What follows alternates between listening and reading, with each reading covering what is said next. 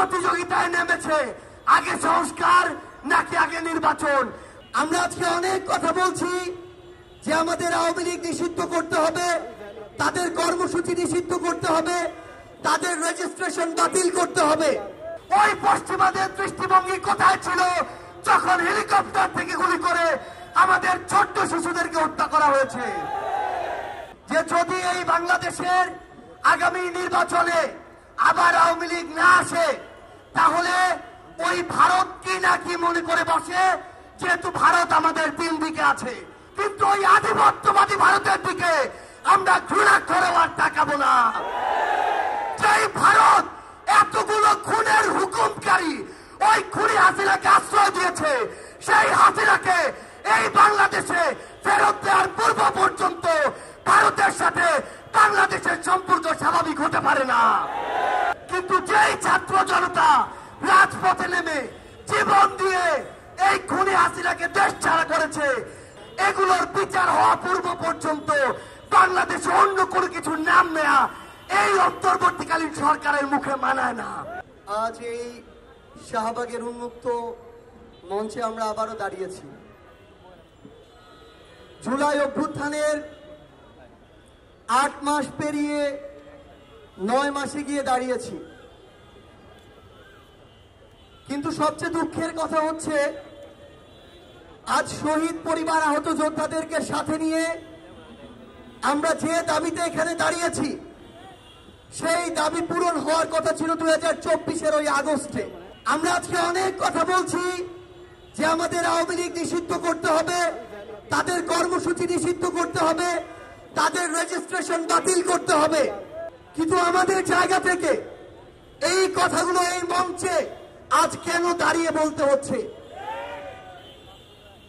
আজকে যদি আমরা এর পিছনের সরাসরি কারণগুলো দেখি, আমাদেরকে এই আওয়ামী লীগ নিষিদ্ধ না করার জন্য বিভিন্ন মহল কি কি কারণ দেখাচ্ছে, পায় তারা দেখাচ্ছে।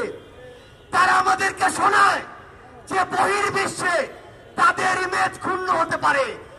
ওই স্টেক হোল্ডার, ওই তথাকথিত বিভিন্ন মহলকে আমরা বলতে চাই, বিগত 16 বছরে যখন পিলখানায় হত্যাকাণ্ড হয়, যখন শাপলায় হত্যাকাণ্ড হয়, যখন শাহবাগে, যাত্রাবাড়িতে, শনি রাখায়, উত্তরায় হত্যাকাণ্ড হয়, তখন এই বহির্বিশ্ব কোথায় ছিল?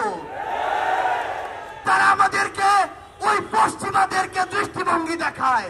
ওই পশ্চিমাদের দৃষ্টিভঙ্গি কোথায় ছিল যখন হেলিকপ্টার থেকে গুলি করে আমাদের ছোট্ট শিশুদেরকে হত্যা করা হয়েছে? যে যদি এই বাংলাদেশের আগামী নির্বাচনে আবার আওয়ামী লীগ না আসে, তাহলে ওই ভারত কি না কি মনে করে বসে, যেহেতু ভারত আমাদের তিন দিকে আছে। আমরা স্পষ্ট করে এই অভ্যুত্থানের ক্ষেত্র শাহবাগ থেকে বলতে চাই, ভারতের দিকে আমরা তাকাতে পারি, কিন্তু ওই আধিপত্যবাদী ভারতের দিকে আমরা ঘৃণা করেও আর তাকাবো না।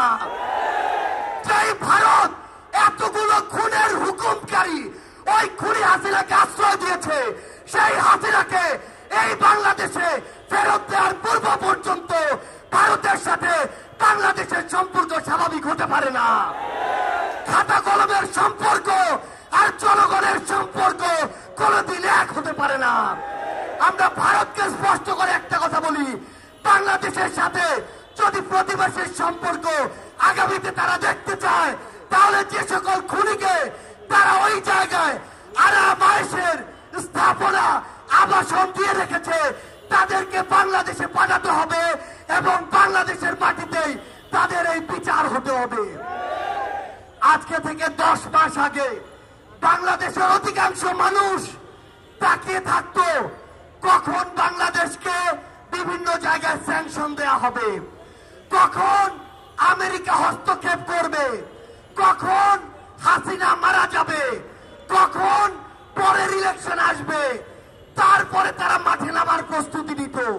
কিন্তু যেই ছাত্র জনতা রাজপথে নেমে জীবন দিয়ে এই খুনি হাসিনাকে দেশ ছাড়া করেছে, তাদের জীবনের এই যে হত্যাগুলো, এগুলোর বিচার হওয়া পূর্ব পর্যন্ত বাংলাদেশে অন্য কোনো কিছু নাম নেয়া এই অন্তর্বর্তীকালীন সরকারের মুখে মানায় না।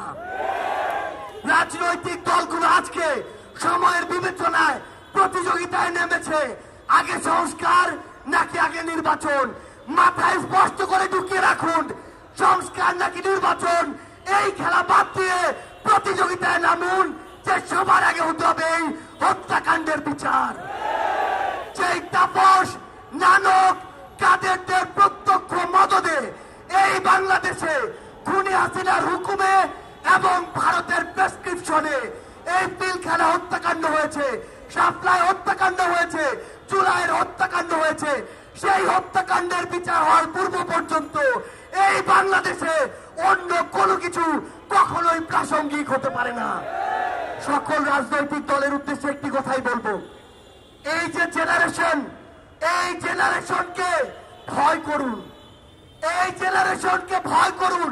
যদি এই জেনারেশনের রক্তের উপরে দাঁড়িয়ে ইমোশন নিয়ে খেলার চেষ্টা করেন, এই জেনারেশন সকল ক্ষমতার বিপক্ষে গিয়ে যে কাউকে টেনে হিস্ট্রি নামাতে পারে, কুয়েটের ওই ভিসি তার প্রমাণ।